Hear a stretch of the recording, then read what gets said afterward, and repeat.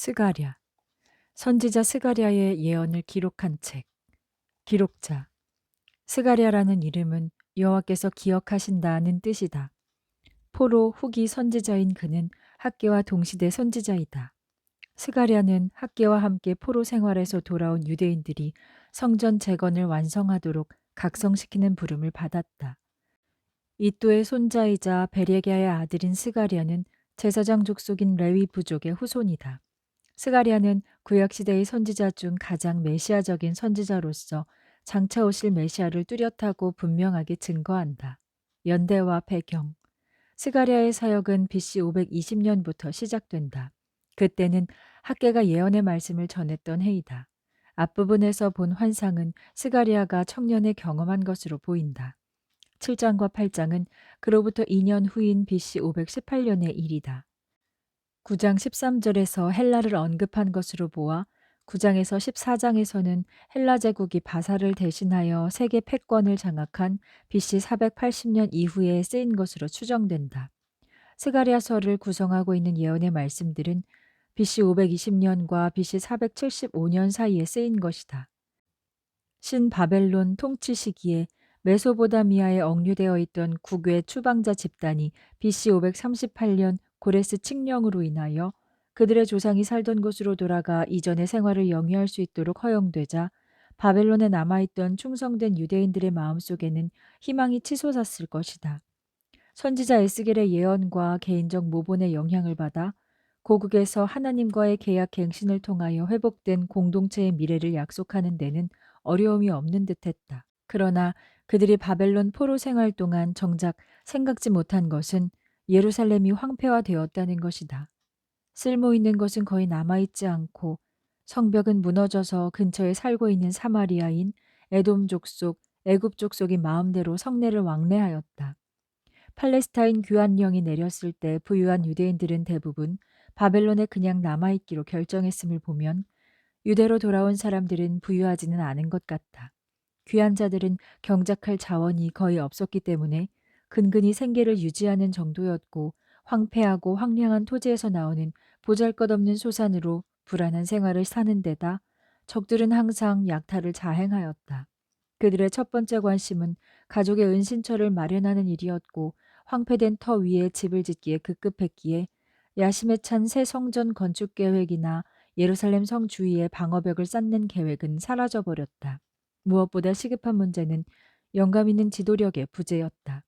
영적 우선권을 강조하고 신정 정치를 통해 공동체의 삶을 부활시키는 일이 당면 과제였다. 학개와 스가랴가 BC 520년 이 같은 엄청난 과업의 부르심을 받았던 것이다. 학개가 두 번째 성전의 기초를 놓는데 선도적 자극을 했다면 스가랴는 그의 신탁과 환상을 통해 영향력을 발휘하므로 포로 귀환 자들의 영적 우선권이 지켜지도록 했다. 그의 메시지는 유대가 더 악화된 상황에 처해질 수밖에 없었을 때 희망과 약속의 메시지가 되었다. 내용: 스가랴서는 회개를 촉구하고 하나님께로 돌이키라는 주님의 말씀을 전하는 절박한 목소리로 시작된다. 스가랴 선지자가 기록한 이 말들은 자신의 말이 아니다. 그는 하나님께서 전하라 명하신 말씀만을 신실하게 전하고 있다. 무기력에 빠진 백성들에게 회개를 요청하며 이루지 못한 하나님의 명령을 완수하라고 촉구한다. 하나님은 8가지의 환상을 통해 백성들을 향한 하나님의 사랑과 보살핌을 확인시켜 주신다. 이 환상들이 있은 후 대관식 장면이 이어진다. 여호수아를 왕인 동시에 제사장으로 세우시는 장면인데 이는 장차 오실 메시아를 드러내는 강력한 상징이다. 7장, 8장에서는 금식에 관한 질문을 던지심으로써 하나님의 백성들이 종교적 형식에 얽매이지 않도록 경고하신다. 이로써 정의와 공의를 향한 하나님의 통치권이 다시 한번 강조된다. 9장에서 14장에는 종말론적 요소, 마지막 때의 연구가 많이 담겨 있다. 회복된 시온이 왕의 영광으로 빛나는 모습이 묘사된다. 목적: 학개의 경우와 마찬가지로 스가랴가 가장 관심을 둔 것은 귀환한 공동체의 삶에 있어서 영적 우선권을 확립하는 일이었다.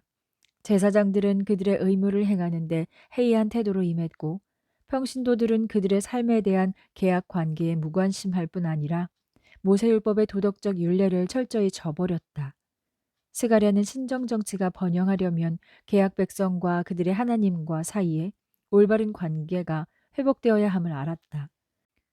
그러기에 스가랴는 하나님의 축복을 간구하기에 앞서 순종, 회개, 죄로부터의 성결을 추구할 것을 촉구하였다.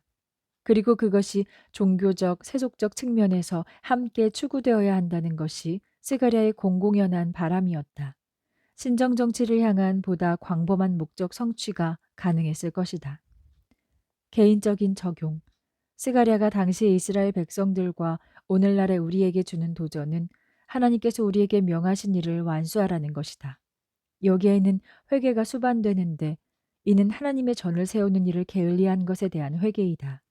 새 언약에 따라 살아가는 개인 그리고 조직으로서의 교회인 우리는 하나님의 전인 우리를 회복시키고 이를 깨끗하게 할 의무가 있다. 회복된 시온이 발할 하나님의 영광은 인간의 재주가 아닌 오직 새롭게 하시는 성령의 사역으로만 가능한 것이다. 성경을 연구하는 많은 이들이 회복된 시온이란 깨끗하여져서 생기 넘치는 교회를 의미한다고 믿는다. 정결케 하는 셈은 회개하고 자신이 찌른 그분을 바라보는 모든 이들에게 열릴 것이다. 윌리엄 쿠퍼 역시 13장 1절에 담긴 아름다운 진리의 감명을 받아 유명한 찬송시 샘물과 같은 보혈은을 썼다고 한다. 우리의 삶이 황폐하여진 것을 회복시키고자 하는 하나님의 계획을 안다면 이 세상에서 일어나는 모든 일이 하나님의 통치하에 있다는 확신 속에서 평안을 누리며 살 수 있을 것이다. 고난받는 목자를 왕으로 경배하게 되는 그날, 이스라엘은 마침내 메시아를 맞이하게 될 것이다. 그와 더불어 세상에 복음을 전파하는 우리의 임무도 완수될 것이다. 그리고 마침내 예수께서 다스리실 것이다.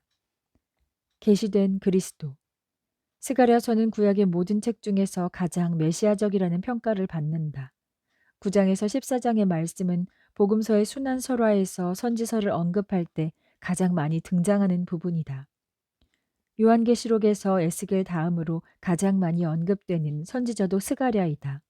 스가랴는 메시아가 여호와의 종 싹으로 순으로 왕이요 또 제사장으로 참된 목자로 오시리라고 예언한다. 스가랴는 또한 예수님이 은화 30잎에 배반을 당하실 것을 예언하며 십자가 처형, 고난, 그리고 재림에 대해서도 생생하게 묘사한다. 예수님을 언급한 여러 묘사 중에서도 특별한 의미를 지닌 두 부분이 있다. 9장 9절에 예루살렘에 입성하시는 예수님의 모습은 400년이나 앞선 예언이다. 스가랴의 예언 중에서도 가장 극적인 부분을 꼽으라면 12장 10절을 들 수 있겠다. 1인칭 시점으로 쓰였다는 점에서 더욱 그렇다. 그들이 그 찌른 바 그를 바라보고 예수 그리스도께서 본인의 음성으로 마침내 다윗의 집에 들어가게 되실 것을 예언하시는 부분이다. 성령의 행하심. 성령의 사역을 언급하면서 가장 많이 인용되는 구약의 구절은 4장 6절이다. 스룹바벨은 다음과 같은 확신을 통해 위로를 받는다. 1. 성전의 재건은 군사력이나 인간의 솜씨가 아니라 오직 성령의 역사로 이루어진다. 2. 성령이 하나님의 전을 완성하는 데 방해되는 모든 장애물을 제거하여 주실 것이다. 7장 12절에 그 마음을 금강석 같게 했다는 것은 백성들이 선지자들을 통해 받은 하나님의 말씀에 등을 돌렸음을 일깨워준다. 여기서 선지자들을 통하여 전한 말이란 주님의 영으로 백성들에게 전달된 말씀을 의미한다. 12장 10절에서 언급되는 심령을 하나님의 기질로 이해하기도 하나 이는 성령으로 해석된다. 하나님의 약속이 다윗의 집과 예루살렘의 백성들에게 부어지리라는 것이다.